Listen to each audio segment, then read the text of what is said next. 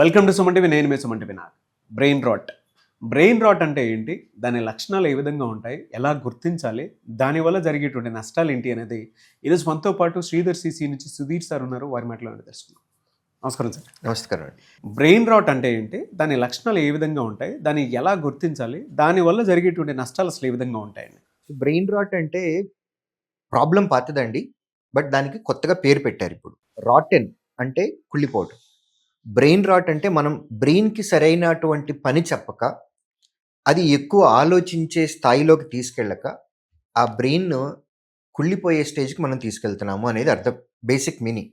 ఈ ప్రాబ్లం ఎవరి వల్ల వస్తుంది, ఈ ప్రాబ్లం దేని వల్ల వస్తుంది అని అంటే, సోషల్ మీడియాలో రీల్స్, షార్ట్ వీడియోస్ ఎక్కువ చూడటం వల్ల వస్తుంది.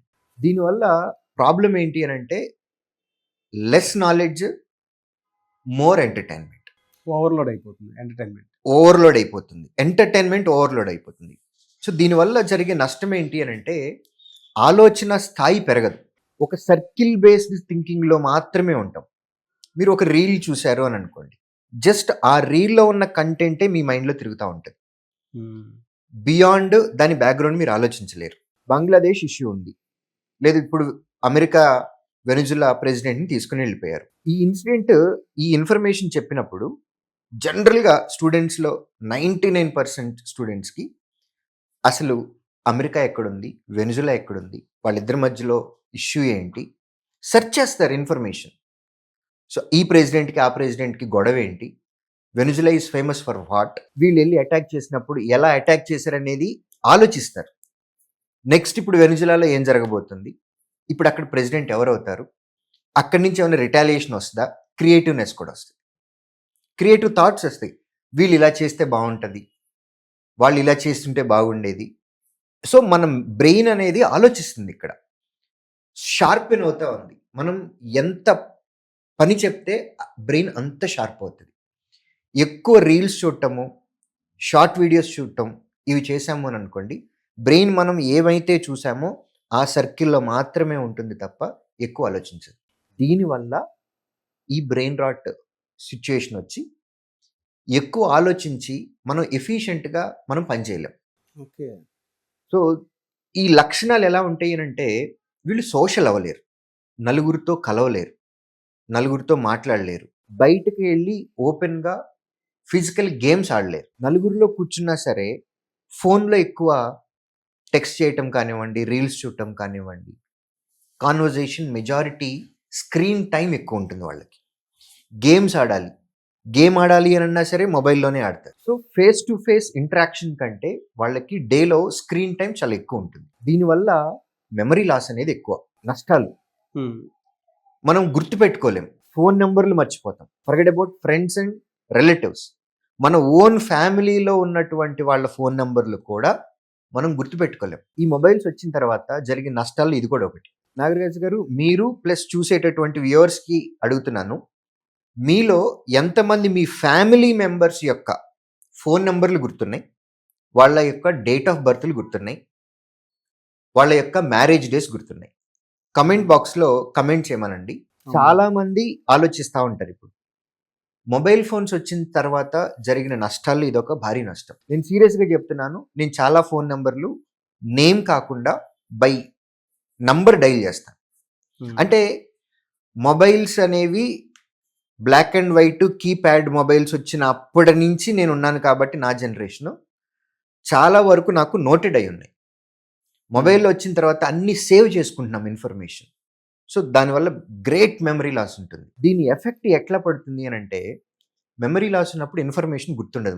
మనకి ఏదైనా టాస్క్ ఇచ్చారు, ఫస్ట్ ఆఫ్ ఆల్ మన డేలో ఒక 10 టాస్కులు చేయాలి అని అంటే, ఒక 2 టాస్కులు చేసిన తర్వాత మిగిలిన టాస్కులు మర్చిపోతాం, ఏం చేయాలో గుర్తుండదు. మనకి ఏదైనా వర్క్ కంప్లీట్ చేయాలి అని అనుకున్నాం, ఆ వర్క్ని ఎఫిషియెంట్ వేలో వర్క్ చేయలేం, ఎందుకంటే బ్రెయిన్ పనిచేయదు ఇంకా మనకి. లెట్స్ సే 8 అవర్స్ ఒక వర్క్ కంప్లీట్ చేయాలి.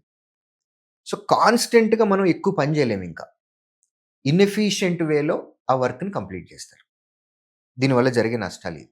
మనం కాన్వర్జేషన్ చేసేటప్పుడు కూడా షార్ట్ కట్ లాంగ్వేజెస్ వస్తున్నాయి.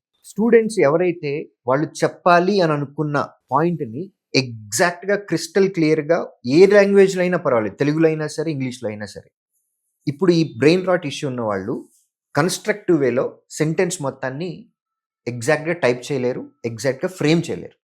ప్రతి దానికి short cut language. Okay. They use more short cut language. ఏదన్నా అంటే ఎస్ఎంఎస్ లాంగ్వేజ్ అంటారు, లేకపోతే జెన్జీ లాంగ్వేజ్ అంటారు. It's trash. ప్రాబ్లం ఏంటి అని అంటే వాళ్ళు గుర్తు పెట్టుకోలేకపోతున్నారు, వాళ్ళు పని చేయలేకపోతున్నారు. గట్టిగా నవ్వాలి అని అనుకుంటే ఎల్ఓఎల్, మీరు చెప్పింది ఆశ్చర్యంగా ఉంది అని అనుకుంటే ఓఎంజీ, గుడ్ నైట్ చెప్పాలి అని అంటే జిఎన్. సో ఇట్లా షార్ట్ కట్ లాంగ్వేజెస్ వస్తున్నాయి. అవును. గుడ్ మార్నింగ్ చెప్పాలన్నా కూడా జిఎం, లేదంటే ఎవరన్నా పోయారు అంటే రిప్, ఆర్ఐపి. సో ఇదంతా కూడా షార్ట్ కట్ లాంగ్వేజెస్ వస్తుంది. కన్స్ట్రక్టివ్ వేలో ఒక సెంటెన్స్ని పూర్తి చేయలేరు, వర్క్ కంప్లీట్ చేయలేరు, టాస్క్ని ఎఫిషియెంట్గా చేయలేరు, ఇన్ఫర్మేషన్ గుర్తుండదు. దీనివల్ల స్టూడెంట్స్కి మార్క్స్లో ఎఫెక్ట్ వస్తుంది, రిజల్ట్లో ఎఫెక్ట్ వస్తుంది, ఎగ్జామ్ అంటే భయం వేస్తుంది, అవాయిడ్ చేయడానికి ట్రై చేస్తారు. సో ఈ ప్రాబ్లమ్స్ అన్నీ కూడా దీనివల్లే. ఈ ప్రాబ్లం ఉంది అని అనుకున్నప్పుడు మనం ఏదైనా వర్క్ చెప్పాము అని అనుకోండి, ఆబ్వియస్గా రిజల్ట్ పాజిటివ్గా వస్తే హ్యాపీగా ఉంటాం. బ్రెయిన్ రాట్ ఇష్యూ ఉన్న వాళ్ళకి రిజల్ట్ ఆబ్వియస్గా నెగిటివ్గానే వస్తుంది. దీనివల్ల వాళ్ళకి ఇరిటేషన్ కూడా ఎక్కువ అవుతుంది. సో యంగ్ జనరేషన్ ఎవరైతే ఈ రీల్స్, షార్ట్స్ చూస్తున్నారో, ఇన్ఫర్మేషన్ ఇచ్చేటటువంటి వీడియోస్ చూస్తే దానివల్ల మనకి నాలెడ్జ్ వస్తుంది, బ్రెయిన్ కూడా థింక్ చేస్తూ ఉంటుంది. మన బ్రెయిన్ అనేది ఎటువంటి ఆర్గాన్ అంటే దానికి ఎంత పని చెప్తే అది అంత షార్పెన్ అవుతుంది. కాబట్టి ఎంటర్టైన్మెంట్ వీడియోస్ని, షార్ట్స్ని తగ్గించి ఇన్ఫర్మేషన్ ఉండేటటువంటి వీడియోస్ చూస్తే స్క్రీన్ టైం ఉన్నా పర్వాలేదు, బికాజ్ అల్టిమేట్గా మీకు నాలెడ్జ్ పెరుగుతుంది. అవును. కాబట్టి నా సలహా, మోర్ ఇన్ఫర్మేషన్, లెస్ ఎంటర్టైన్మెంట్. మీరు చెప్తుంటే మాత్రం ఇది ఎంత పెద్ద సీరియస్ డిజార్డర్ అర్థమవుతుంది. ఇందాక మీరు ఒక మాట అన్నారు, అంటే ఈ షార్ట్ కట్లు అనేవి మనం రెగ్యులర్గా మన మైండ్కి అలవాటు అయిపోయినటువంటి టెక్స్ట్లు. అపార్ట్ ఫ్రమ్ దాట్, నిజంగా ఎంతమందికి ఈరోజు ఇళ్లల్లో ఫాదర్ కాంటాక్ట్ నెంబర్ కానీ, మదర్ కాంటాక్ట్ నెంబర్ కానీ, బ్రదర్ కాంటాక్ట్ నెంబర్ కానీ, లేదంటే స్పౌస్ కాంటాక్ట్ నెంబర్ కానీ, వైఫ్ది కాంటాక్ట్ నెంబర్ కానీ ఎంతమందికి గుర్తుందంటే ఆ క్వశ్చన్ మార్కే. మీరు అదే వ్యూవర్స్ని అడగండి ఎంతమందికి గుర్తుందో అనేది, కమెంట్స్లో వాళ్ళకి అర్థమైపోతుంది. అంటే ఇష్యూ యొక్క సీరియస్నెస్ తెలుస్తుంది. సో అంత దారుణంగా ఉన్నటువంటి డిజార్డర్ ఇది. మరి ఎలా సార్, అంటే దీనికి ప్రాపర్గా హ్యాండిల్ చేసుకోవాలి అని అంటే ప్రాసెస్ ఏంటి? నేచర్ అండి. మీరు ప్రాపర్ ఫుడ్ తినాలి, జంక్ ఫుడ్ కాదు. ప్రాపర్ ఫుడ్, హైజీన్ ఫుడ్, ప్రాపర్గా టైంకి తిని టైంకి పడుకోవాలి. మనకి స్లీప్ అవర్స్ అనేవి ఫిక్స్డ్ ఉండాలి. Half an hour if and but okay, but complete change ఉండకుండా ఫిక్స్డ్ టైంలో ప్రాపర్ స్లీప్ ఉండి ప్రాపర్ ఫుడ్ తింటూ ఎక్సర్సైజెస్ చేయాలి. ఎక్సర్సైజెస్లో 2 టైప్స్ అండి. ఒకటి ఫిజికల్, రెండోది మెంటల్. మెంటల్ ఎక్సర్సైజ్ అంటే మెడిటేషన్ కానివ్వండి, యోగా కానివ్వండి, సో బ్రీతింగ్ ఎక్సర్సైజెస్ కానివ్వండి. ఎట్ ద సేమ్ టైం నేచర్కి మనం అలవాటు పడాలి. గ్రీనరీలో ఎక్కువ ఉండాలి, కాంక్రీట్ జంగిల్లో కాదు, ఏసీ రూముల్లో కాదు. డేలో కనీసం ఒక హాఫ్ అన్ అవర్ అయినా సరే మనం చెట్లను చూస్తూ ఉండాలి. ఇది సైన్స్ అండి. గ్రీన్ని మనం ఎక్కువ చూస్తూ ఉంటే కనుక మన మైండ్ బాగా పనిచేస్తుంది. సో నేచర్లో ఉండాలి మనం. ఎట్ ద సేమ్ టైం మనం నేల మీద పాదాలు, చెప్పులు ఏమీ లేకుండా ఒట్టి పాదాలతోటి కూడా నడవాలి. ఎందుకంటే నేచర్ మనకు చాలా ఇస్తుంది. మీరు ఎప్పుడైతే మీ పాదాలు నేలని డైరెక్ట్గా తాకుతాయో మీ బాడీలో ఉన్న నెగిటివ్ ఎనర్జీని తీసేస్తుంది. సో మన నేచర్ మనకి ఏదైతే ఇచ్చిందో అది మనం ఫాలో అయితే, at the same time screen time అనేది చాలా లిమిటెడ్గా పెట్టుకోవాలి.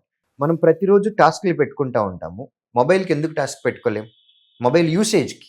ఫోన్ వచ్చినప్పుడు మాట్లాడన్నాం, ఎవరికన్నా మాట్లాడాలి అని అంటే ఫోన్ వాడుకుందాం. మిగిలిన టైంలో ఫోన్ చూడాలి అని అనుకున్నప్పుడు దీనికి కూడా ఒక టైం ఎందుకు పెట్టుకోలేం? మనకు బ్రేక్ఫాస్ట్ టైం ఉంది, లంచ్కి టైం ఉంది, డిన్నర్కి టైం ఉంది. ఫోన్లో మనం సోషల్ మీడియా ఎంటర్టైన్మెంట్ చూసే వీడియోస్కి కూడా ఒక టైం పెట్టుకోవాలి. మిగిలిన టైంలో వర్క్ కోసం వాడుకుందాం, ఎంటర్టైన్మెంట్ కూడా ఒక టైం ఫిక్స్ చేసుకుందాం. మొబైల్ యూసేజ్ని ఎంత తక్కువ వాడితే మనం ఈ ఇష్యూలోంచి అంత బయటకు వస్తాము. ఎట్ ద సేమ్ టైం మన నేచర్ ఇచ్చింది మనం చేయాలి. Very detailing knowledge. Thank you so much Sudheer sir. Thank you.